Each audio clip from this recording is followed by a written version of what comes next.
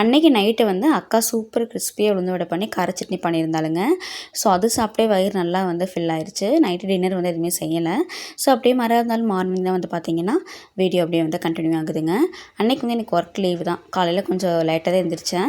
எந்திரிச்சேன் first வேலையில் குளிச்சுட்டு வந்து நான் வந்து ரெடி ஆகிட்டு இருந்தேன். எங்கேயும் வந்துட்டு பெருசாக போகிறக்கு இல்லை.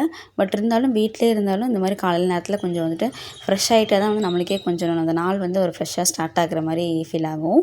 ஸோ அம்மா தக்காளி சாப்பாடு பண்ணியிருந்தாங்க. அதை வச்சு சாப்பிட்டுட்டு நானும் அக்காவும் நான்வெஜ் போய் எடுத்துகிட்டு வந்துட்டோங்க.